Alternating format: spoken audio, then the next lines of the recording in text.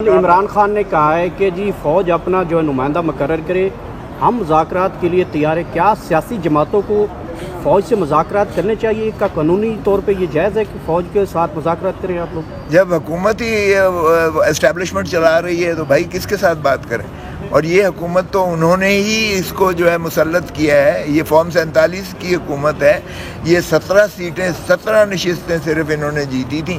17 نشستوں والوں کو جو بٹھا دیا ہے۔ میں تو خود NA 122 یعنی لاہور سے جیتا ہوا MNA ہوں، اور میرا جو ہے کینٹونمنٹ ہے، میرا ڈیفنس ہے، میرا جو ہے والٹن ہے، میرا اپر مال ہے۔ اس کے ساتھ ساتھ کے جو حلقے ہیں جہاں سے شہباز شریف لڑا ہے وہ ہارا ہوا ہے، نواز شریف لڑا ہے وہ ہارا ہوا ہے، مریم لڑی ہے وہ ہاری ہوئی ہے، خواجہ آصف جہاں لڑا ہے ریحانہ ڈار سے ہارا ہوا ہے۔ وہ بھائی ان کو مسلط کر کے بٹھا دیا ہے تو پھر انہی سے بات کریں گے نا جن کی حکومت ہے۔ حکومت تو اسٹیبلشمنٹ کر رہی ہے۔ ان کے پلے تو یہ اپنا وزیر خزانہ نہیں رکھ سکتے، یہ وزیر داخلہ نہیں رکھ سکتے، یہ وزیر اعلیٰ بلوچستان نہیں رکھ سکتے ہیں، یہ پنجاب میں سپاہی تک جو ہے مریم بی بی تبدیل نہیں کر سکتی ہیں، IG وہی ہے، ایڈمنسٹریشن وہی ہے۔ تو پھر کس سے بات کریں گے؟ ظاہر ہے انہی سے بات کریں گے جو اس وقت جو ہے جنہوں نے ان کو غاصبانہ قبضہ اس ملک کا دے دیا ہے، تو انہی سے بات کریں گے اور کس سے؟ اور پھر اچک صاحب کو ہم نے پہلے سے کر دیا ہے، جو آئین بچاؤ تحریک ہم نے چلائی ہوئی ہے اس کی سربراہی ہم نے اچک صاحب کو دی ہوئی ہے۔ اس میں مینگل صاحب ہیں، اس میں باقی جو ہے جماعتوں کے سارے موجود ہیں۔ تو ہم نے تو اچک صاحب کو پہلے کا اختیار دیا ہوا ہے۔ اب اگر اسٹیبلشمنٹ پاکستان کو بربادی اور تباہ دیکھنا چاہتی ہے تو پھر نہ کرے بات، لیکن اس سے بغیر کوئی حل نہیں ہے۔ دیکھیں جب تک سیاسی استحکام نہیں آتا ہے اس وقت تک معاشی استحکام نہیں آ سکتا۔ ملک نہیں چل رہا ہے اس وقت۔ میرے خیال میں جو بھی محب وطن ہے پاکستان سے ذرا برابر بھی محبت ہے، وہ یقیناً چاہے گا کہ اس دلدل جس میں پھنس گئے ہیں اس سے کس طرح چھٹکارا، کس طرح نکلا جائے۔ اور اس کا یہی ایک طریقہ ہے کہ فارم 47 والوں کو چلتا کریں، ان کو تو رخصت کریں، گھر بھیجیں ان کو، جس طرح سپریم کورٹ نے ہمیں مخصوص نشستیں دی ہیں۔ ہمیں یقین ہے کہ ہماری نالش جو وہاں موجود ہے سپریم کورٹ میں، فارم 47 والوں کو جو ہے ان کو تکذیب کر کے ان کو ختم کیا جائے۔ اور فارم 45 والے جو جینونلی جیتے ہوئے ہیں عوام کے صحیح نمائندگان جو ہے پارلیمان میں آئے، کیونکہ وہی اس ملک کو چلا سکتے ہیں۔ حق حکمرانی آئین کے تحت انہی کو ہے جن کو عوام منتخب کر کے بھیجتی ہے۔ ہمیں پھر کوئی مذائقہ نہیں ہے ان کے ساتھ بات کرنے میں۔ جو جینونلی عوام کے ساتھ منتخب ہو کے آتے ہیں وہ کسی بھی جماعت میں ہوں، ہم ان سے بھی پھر رابطہ بالکل بات چیت کریں گے۔ لیکن ابھی تو مسئلہ یہ ہے کہ جو چلا رہے ہیں انہی کو کہیں گے نا کہ بھائی صاحب بہت مہربانی، بہت اولیا۔ 1971 میں بھی آپ نے کر کے دیکھ لیا ایک تجربہ، وہ اس سے پاکستان دو لخت ہوا۔ مت دہرائیں وہی بات کہ عوام کے مینڈیٹ کو دھتکارا جائے۔ عوام کا مینڈیٹ بحال کریں، پھر ہم ہر ایک کے ساتھ بات کرنے کو تیار۔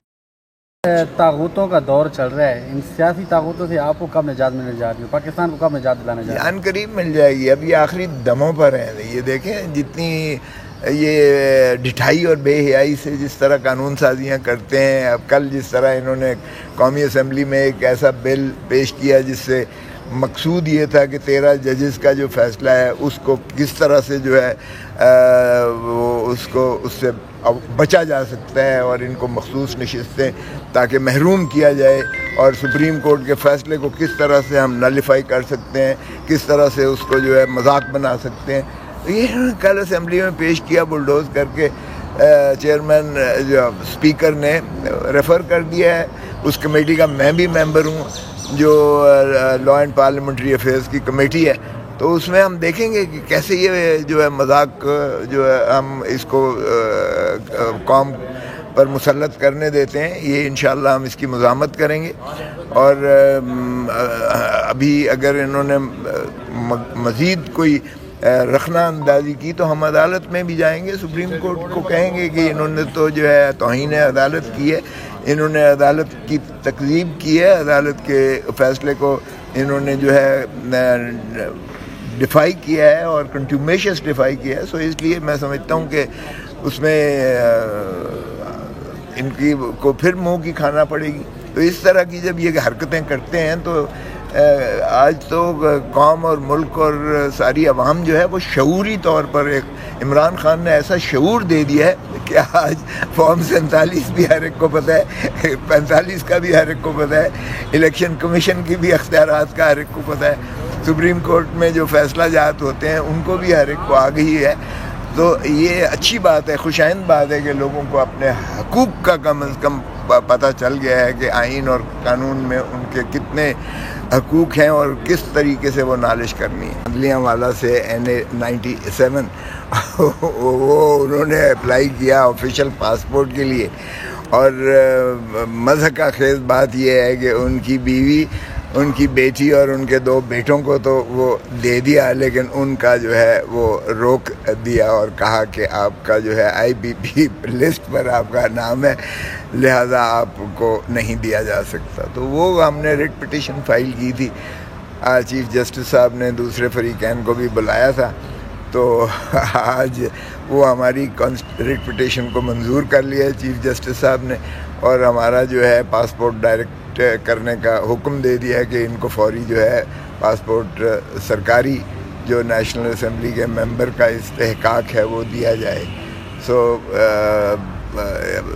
سعد اللہ نے عمرہ پہ جانا تھا اور وہ نہ جا پایا، اس لیے کہ ماشاءاللہ انہوں نے ایک نئی لسٹ کوئی نکالی ہے، یہ ECL نہیں ہے بلکہ ECL کے نعم البدل ہے، کہ آپ ایئرپورٹ پر جائیں تو آپ کو ایسا ہی اچانک پتہ چلے کہ آپ کا نام کسی سٹاپ لسٹ میں ہے، اور سٹاپ لسٹ کا مطلب یہ ہے کہ آپ سفر نہیں کر سکتے۔ تو یہ آرٹیکل 15 کے متصادم اور منافی ہے، اس پر بہت کیس لو آ چکا کہ آپ کسی کی جو ہے موومنٹ پر، کسی کے اندر جانے پر، ملک سے باہر جانے پر یا سفر پر آپ بندش نہیں لگا سکتی ہے ریاست اور سرکار۔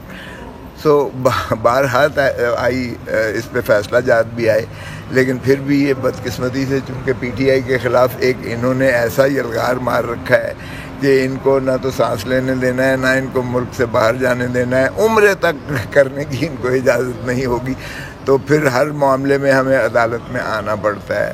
اور باہر کیف چونکہ عدالت نے تو قانون اور آئین کے مطابق فیصلہ کرنا ہوتا ہے، تو آج ہمیں وہ نالش جو ہماری ہے منظور کر دی گئی ہے، اور حکم دے دیا گیا ہے کہ آپ انہیں فوری پاسپورٹ جو سرکاری ہوتا ہے، جسے بلو پاسپورٹ بھی کہتے ہیں، گریٹس بھی کہتے ہیں، جس طرح ان کے باقی خانوادے کو دیا ہے ان کو بھی دے دیں۔ تو آج وہ ریٹ منظور کر لی گئی ہے۔